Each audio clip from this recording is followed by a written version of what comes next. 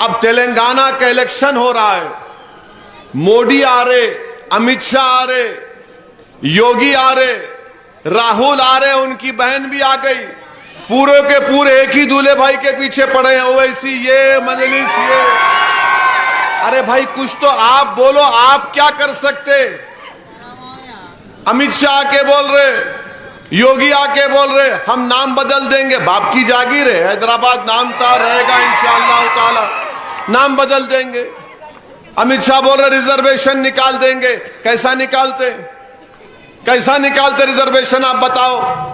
गैर कानूनी काम कैसे कर सकते आप? और रिजर्वेशन अगर 4% तेलंगाना में मिल रहा है, आंध्रा में मिल रहा है, इसके पीछे भी एक तारीख है। अगर बुजुर्ग जिंदा हैं तो मेरी बात से मुत्तफिक होंगे, 1970 में सबसे पहले मुस्लिम रिजर्वेशन की बात करने वाले का नाम अब्दुल वाहिद ओवैसी फख्र मिल्लत अलैहि रहमा था। ठहरो ठहरो। अब्दुल वाहिद ओवैसी ने 1970 में कहा था कि उन मुस्लिम अक़लियत को रिजर्वेशन मिलना चाहिए जो इनकम टैक्स अदा नहीं करते। पहले बैकवर्ड क्लास कमीशन के पास जाकर अब्दुल वाहिद ओवैसी ने बात कही थी, फिर सालार ने इसको आगे बढ़ाया और 4% तहफ़्फ़ुज़ात मिल रहे। बीजेपी झूठ बोलती है, मजहब के नाम पर नहीं दिए जा रहे, मुसलमानों की समाजी और तालीमी पसमानदगी की बुनियाद पर रिजर्वेशन मिल रहा है, जो हिंदुस्तान के आइन के आर्टिकल 15 में इसका जिक्र किया गया है, और हर मुसलमान को नहीं मिल रहा है। मुसलमानों में वो क्लासेस और बरादरियां बनाई गई हैं, उन्हीं को मिलता है। आखिर बीजेपी नफरत क्यों करती है? क्या अगर हमारी बेटी डॉक्टर बन रही है तो इनके पेट में दर्द क्यों हो रहा है? अगर हमारा बेटा आरडीओ एमआरओ बन रहा है तो मोदी के सर में दर्द क्यों हो रहा है? अगर हमारी बच्चियां नर्स और टीचर बन रही हैं तो योगी आदित्यनाथ को तकलीफ क्यों हो रही है?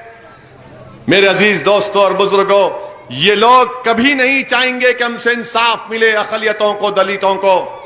ये आरएसएस की आइडियोलॉजी पर चलने वाले लोग हैं जो इस मुल्क की खूबसूरती को बर्दाश्त नहीं करते। इस मुल्क की खूबसूरती क्या है? इस मुल्क की खूबसूरती हजारों तहजीबें हैं, हजारों मजहब हैं। ये इस मुल्क की खूबसूरती है जो मोदी और बीजेपी को पसंद नहीं है। जहां कहीं भी जा रहे, अब तो नरेंद्र मोदी कह दिए कि महेश्वरम में एक आईटी टावर आ रहा है, तो हमने मोदी बोल दिए कि क्या एक समुदाय के लिए आईटी टावर? आप बताइए आखिर इतनी नफरत क्यों है बीजेपी को? महेश्वरम में आईटी टावर आ रहा है, मलकपेट में आईटी टावर आ रहा है, 1100 करोड़ का। मलकपेट में गवर्नमेंट की जमीन थी, 3-4 साल हम लोग मेहनत किए, ड्रोन से पूरे वीडियो निकाले, गवर्नमेंट के क्वार्टर्स थे। हमने जाके हुकूमत से नुमाइंदगी की कि कब तक हाईटेक सिटी में आप बनाएंगे, यहां एक आईटी टावर बनाओ। अल्हम्दुलिल्लाह पिछले महीने केटी रामाराव आए और उसका संगे बुनियाद डाला। 1100 करोड़ का आईटी टावर मलकपेट असेंबली हल्के में बन रहा है, 1.5-2 साल में बन जाएगा। किसका फायदा होगा? यही हमारे गरीब बच्चे जो सॉफ्टवेयर इंडस्ट्रीज में काम करते हैं, माहिर हैं, वो अपना ऑफिस खोलेंगे। अब सोचो इतना बड़ा आईटी टावर आएगा और अहमदनगर के 4 बच्चे मिलके बोलेंगे हम स्टार्टअप शुरू करते हैं, हम वहां पर अपना ऑफिस खोलेंगे। अरे हम इनको ऊंचा देखना चाहते हैं, हम इनको ताकतवर देखना चाहते हैं, हम इनको कल का लीडर बनाना चाहते हैं। मगर ये कांग्रेस और बीजेपी यही मंजलिस के जो इरादे हैं, जो बुलंद हमारे इरादे हैं, उनसे नफरत करती है। मेरे अजीज दोस्तों और बुजुर्गों, आपको यह फैसला अच्छी तरह से करना है कि मंजलिस को एक वोट देना है। वोट को जाय होने मत दीजिए। दुश्मन पूरी इत्तेहाद और मिलकर आ रहा है, मुखालिफ पूरी तैयारी से आ रहा है।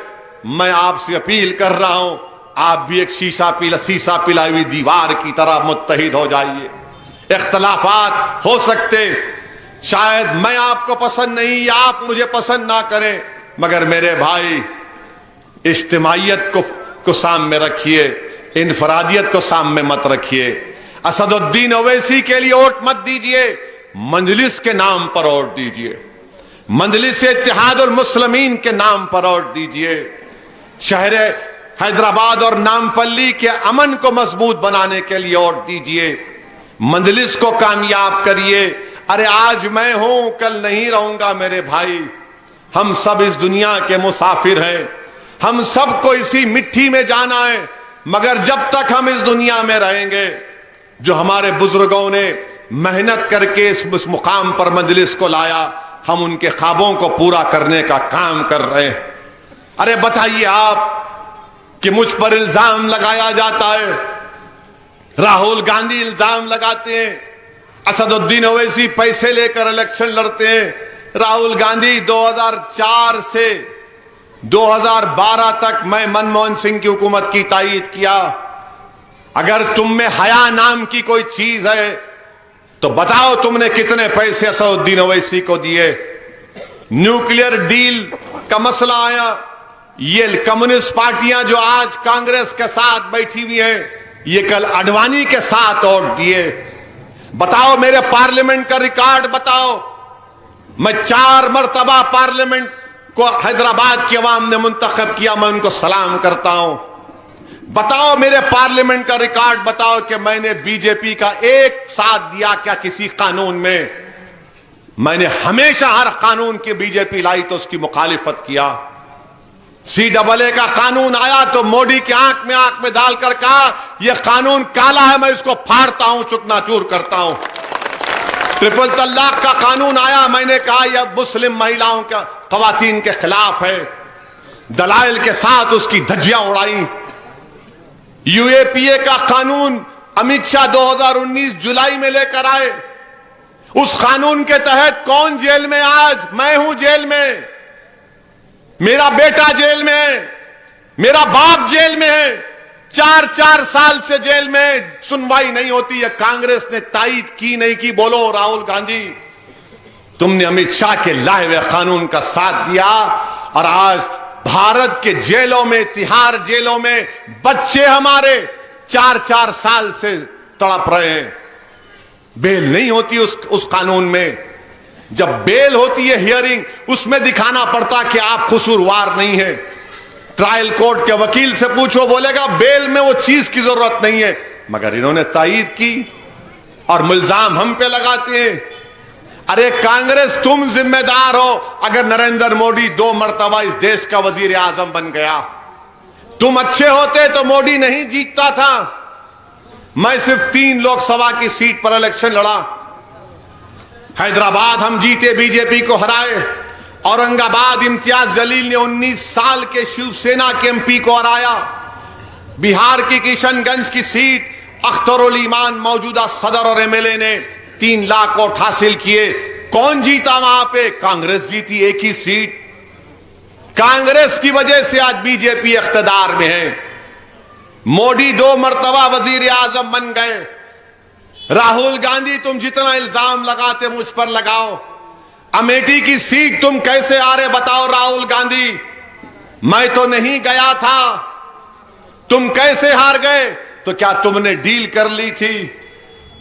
राहुल गांधी तुम सदर थे 2019 में लोकसभा के इलेक्शन में, 500 लोकसभा की सीट पर तुम लड़े। बीजेपी 306 जीती और तुम्हारी पार्टी 50 या 55 जीती। कौन जिम्मेदार है? तुम जिम्मेदार हो और आप तमाम गवाह हैं। जब से 2014 से बीजेपी की हुकूमत बनी, किसको गोली मारा जा रहा है, किसको एनकाउंटर किया जा रहा है, किसके हाथों में हथकड़ियां हैं, गोली मारकर चले जाते हैं, किसके घरों पर बुलडोजर इस्तेमाल हो रहा है, किसको ट्रेन में रोककर मारा जाता है, किसके सर से हिजाब खींचा जाता है, किसकी दाढ़ी को लोचा जाता है, किसको गोश्त के नाम पर मारा जाता है। बताओ कांग्रेसियों, बताओ। अरे मैं हूं, मेरा नुकसान हो रहा है, तुम्हारा कुछ नुकसान नहीं हो रहा है। क्या तुमको कोई कहता है कि पाकिस्तानी है, मुझे कहा जाता है? क्या किसी को कहते हैं कि तुम जिना हो? मुझे कहा जाता है तुम्हारे पास से इख्तिदार गया, अरे मेरा सब कुछ खतरे में आ गया तुम्हारी वजह से, क्योंकि हम वोट दे रहे उनको, उनको वोट दो। क्या खाक कर रहे वो लोग, क्या किया बताओ आपने? मेरी इज्जतदार मां और बहनों, मंजलिस से नफरत सिर्फ इसीलिए है कि हम सच्चाई को बयान करते हैं। अरे मेरे गाड़ी पर गोलियां चलाई गई 5.5 फीट के फासले से। क्या मेरे घर में ज़ईफ मां नहीं है? क्या मेरी औलाद नहीं है? बताओ फिर क्यों कर रहे हम? इसलिए कर रहे मेरे भाई, मरना तो है एक दिन, उसके पास जाना है, रब्बे करीम के पास कम से कम कुछ करके जाएंगे। दुनिया में जब तक जिंदा रहेंगे लड़ेंगे गरीबों के लिए। मेरी आवाज को बंद करने के लिए गोलियां चलती हैं। मुकदमे उत्तर प्रदेश के मुकामात में, दूर दूर मुकामात पर मुकदमे आयद किए जाते हैं। कोई महीना नहीं जाता नोटिस मुझे आती है कि आप पर फुला मुकदमा पड़ गया। मेरे अजीज दोस्तों और बुजुर्गों, मैं ये इसलिए बता रहा हूं कि आपको मालूम हो मंजलिस से कितना खौफ है इन लोगों को, मंजलिस से कितना खौफ है। आपको मालूम गुजरात में 1984 में आखिरी मर्तबा एक मुसलमान एमपी बना था। अब हम 2024 का पार्लियामेंट इलेक्शन लड़ने जा रहे हैं। 94 10 साल, 2004 20 साल, 2014 30 साल, 2024 40 साल से एक मुसलमान एमपी नहीं बना गुजरात में। मुझे गाली देते हैं, मैं जिम्मेदार हूं। 40 साल हो गए मेरे भाई, एक मुस्लिम एमपी नहीं जीता गुजरात से। बताओ कौन जिम्मेदार है पे इसका? 19 साल का शिवसेना का एमपी महाराष्ट्र में था, औरंगाबाद का, मंजलिस ने हराया उसको। इनको गुस्सा आ गया। बताओ कर्नाटका में क्यों नहीं जीतते? मैं तो नहीं गया ना। मेरे भाई, इस मुल्क की सियासत यही है कि तुम सिर्फ वोट डालने वाले बन जाओ, तुम वोट नहीं ले सकते। तुम जुस्तजू मत करो, तुम गुलामी करो, तुम सोचना नहीं, तुम हुक्म को मानना, तुम लड़ना नहीं, तुम सरेंडर हो जाना। नहीं मेरे दोस्त, हम लड़ते आए और लड़ते रहेंगे। अरे इस मुल्क को आजाद कराने में मेरा रोल रहा। टीपू सुल्तान ने अपनी जान को इसलिए नहीं खोया कि तुम गूंगे और बहरे बन जाओ, कमजोर बन जाओ। हमारे उलमाए कराम जेलों की सोबतें इसलिए नहीं बर्दाश्त की कि तुम बातिल के तूफान के आगे खामोश हो जाओ। मंजलिस ये मिजाज नहीं रखती। मंजलिस का मिजाज ये है कि जमहूरियत है, मुझे अपना हिस्सा चाहिए। नामपल्ली मेरे हिस्से की सीट है, नामपल्ली की सीट मेरे हिस्से की सीट है और मुझे नामपल्ली पर कामयाबी हासिल करना है। इसीलिए मंजलिस के खिलाफ इल्जाम लगाया जाता है। कल राहुल गांधी, अब तो उनकी बहन भी हमारे पीछे पड़ गई। ओवैसी जी, इतने कम सीट क्यों लड़ते? मैडम, कम लड़े तो तकलीफ, बढ़ के लड़े तो तकलीफ, मगर तकलीफ तो हो रही ना आप लोगों को। कोई तो दूल्हे भाई पैदा हुए जो तुमको तकलीफ दे रहा है, कोई तो खड़ा है जो तुम्हारी आंख में आंख डालकर बोल रहा है, अरे तुम दिल्ली से आ रहे, कोई योगी आ रहा है, 7 एमएलए हैं, 2 एमपी हैं, महाराष्ट्र में 2 एमएलए, बिहार में 1 एमएलए। मगर लाखों सलाम हमारे उन बुजुर्गों को जो आज इस दुनिया में नहीं है। आज उनकी कुर्बानियों की वजह से ये सब आकर हैदराबाद में बोल रहे एमआईएम एमआईएम एमआईएम। ये आपकी इत्तेहाद की निशानी है मेरे अजीज दोस्तों और बुजुर्गों। इसलिए पूरे के पूरे परेशान है। जो भी आ रहा मेरे को बोलता है। कल राहुल गांधी बोले, क्या बोले? मोदी के 2 यार, मोदी के 2 यार, एक ओवैसी केसीआर, ये बोले। मेरे को मीडिया वाले बोले जरा ट्वीट कर दो। मैं बोला ट्वीट नहीं करता, मैं जबान से बोलता हूं। राहुल गांधी का मसला क्या है? अब उन्होंने बोले जवाब देना ना, कर्जा तो नहीं रखना ना, अपन किसी बाप का कर्जा नहीं रखते, तो कर्जा अदा करना है। 50 साल के हो गए, कोई यार को तलाश कर ले प्यारे, कुछ तो कर ले अपना। अकेलापन अच्छा नहीं है, नो नो, अकेलापन अच्छा नहीं है। हाँ, पागल हो जाते। दुनिया का निजाम बनाने वाला बनाया ऐसा, इनको बस और यार है। राहुल गांधी 2017 या 18 में आप देखो नो कॉन्फिडेंस मोशन लाए थे मोदी के खिलाफ। अब राहुल गांधी, हम भी उसके मोदी के खिलाफ वोट दिए। अब मैं बैठ के देख रहा हूं, मेरे मौका आएगा तकरीर का, इनकी तकरीर सुन रहा था, अचानक राहुल गांधी तकरीर करे। तकरीर खैर क्या करे वो अलग बात है, तकरीर करके कागज रख दिए, उसके बाद चलना शुरू करे। अरे मतलब कहां जा रहा भाई ने, अरे कहां जा रहा? सीधा उठे, मोदी जहां बैठते, वजीर आजम बैठता, जाके डाइव मार के गले लपटे लिए। अरे बोला कि ईद का दिन भी नहीं है, ईद तुम्हारा क्यों बोल रहा है इन्हें, लपट। अब दोनों अकेले एक दूसरे को लपटा लिए। मैं आपके खिलाफ नो कॉन्फिडेंस मोशन ला रहा हूं, मैं आपसे मुतमईन नहीं हूं, मैं आपसे मुतमईन नहीं हूं, मैं आप ही के चाहे गले लपट रहा हूं। आप तो खुश होते, हम क्या फिर क्या करना, हम क्या जम्मत जक्का खेल रहे बैठ के वहां पे। अब इनको जाके दो यार एक दूसरे को लपेट लिए। नहीं, असदुद्दीन ओवैसी ऐसे, राहुल गांधी, आप जिस उम्र में है ना, आपको अकेलापन अच्छा नहीं है। हैदराबाद में हमारे बुजुर्ग क्या बोलते हैं, जरा बुजुर्ग माफ कर दीजिए मेरे को, उन्होंने क्या बोलते हैं, अरे बाबू ये दीवाना कूदना छोड़, बोलते नहीं बोलते, ये दीवाना कूदना छोड़ो, छत डाल लो अपने आप पे, बोलते नहीं बोलते? चिचा बोलते ना, आप खाली मुस्कुरा दो बस, बस हो गया काम। दीवारा नहीं कूदना, छत डाल लो बोलते, तो जिम्मेदारी आयद हो जाती। हाँ हाँ समझ गया मैं आपका, आप बोले सो है।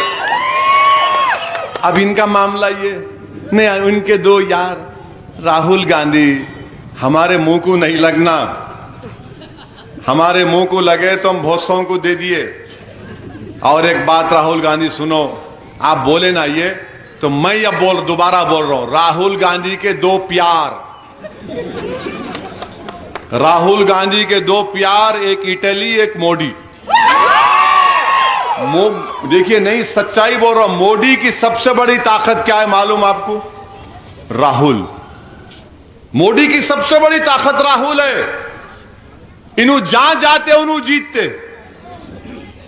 इन्हों जहां जाते उन्हों जीतते। यूपी में 402 सीट लड़े असेंबली के, कितने लड़े?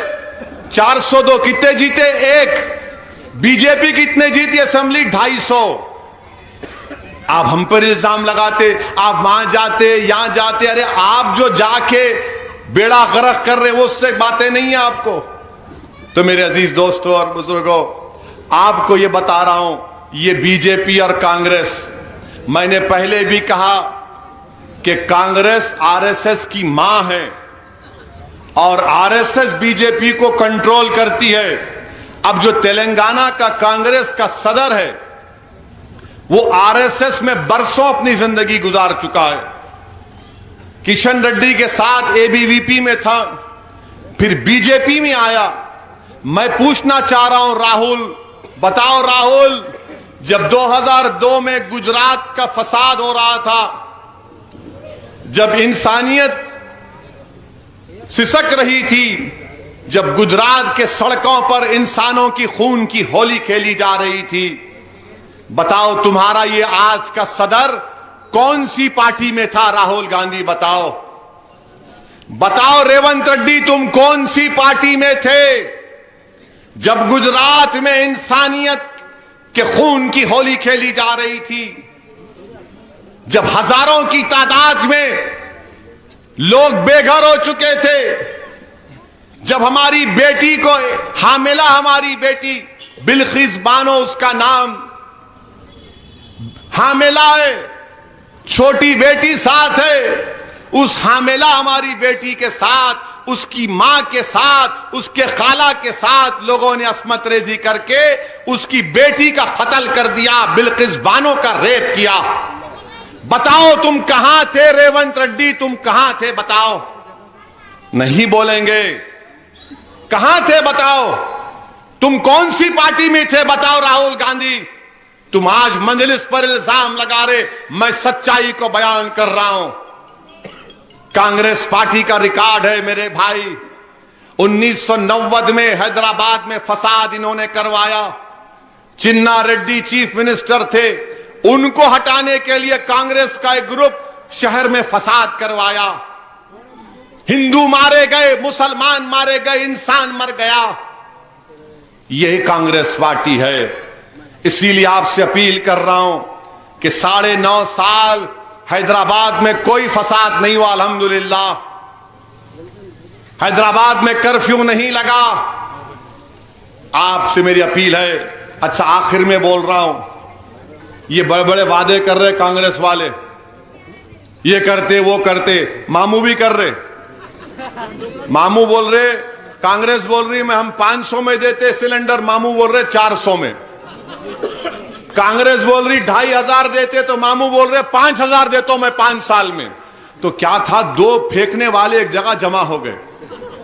दो फेंकने वाले, एक बोला मेरे बाकन इतनी जमीन है, उन्होंने सुबह में ऐसा डाल के निकले, अब तक दूसरे दिन आए अब तक उसमें फसल उग जाती।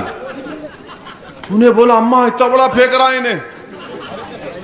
तो उन्होंने वो सोचा, उन्हें बोला मेरे बाकन इतना बड़ा बंबू है कि सैयद नगर से अगर खड़े होके कुकटपल्ली के तारे को खींचना तो हमारे बाबा कुकटपल्ली के तारे को बंबू से सैयद नगर पे ला लेते।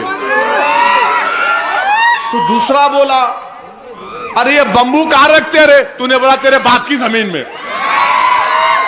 तो एहतियात करो आप, ये देते वो देते, कुछ नहीं देते। ताकत आपको हासिल करना है, वो मंजलिस आपको देती है। तो 30 नवंबर के दिन मेरे भाई पतंग के निशान पर वोट देंगे ना?